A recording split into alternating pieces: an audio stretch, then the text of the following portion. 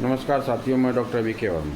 साथियों, कई बार बहुत से लोगों को व्होपिंग कफ यानी काली खांसी की समस्या उत्पन्न रहा करती है। इस तरह की समस्या होने का जो मुख्य कारण हुआ करता है वह बैक्टीरिया इन्फेक्शन के कारण ही होता है। अन्य चिकित्सा पद्धति के दवाओं का उपयोग करने के बावजूद भी व्होपिंग कफ की समस्या ठीक नहीं हो पाती है। इस दौरान मरीज को ज़्यादा मात्रा में सीने में दर्द, खांसी, जलन एवं बुखार की समस्या रहा करती है। व्होपिंग कफ की समस्या को ठीक करने के लिए होम्योपैथिक में एक दवा आती है डोसरा 30 पोटेंसी की। यदि डोसरा दवा को 30 पोटेंसी में सुबह दोपहर शाम 4-4 बूंद 1 सप्ताह तक उपयोग किया जाए तो व्होपिंग कफ की समस्या जड़ से समाप्त हो जाती है। धन्यवाद।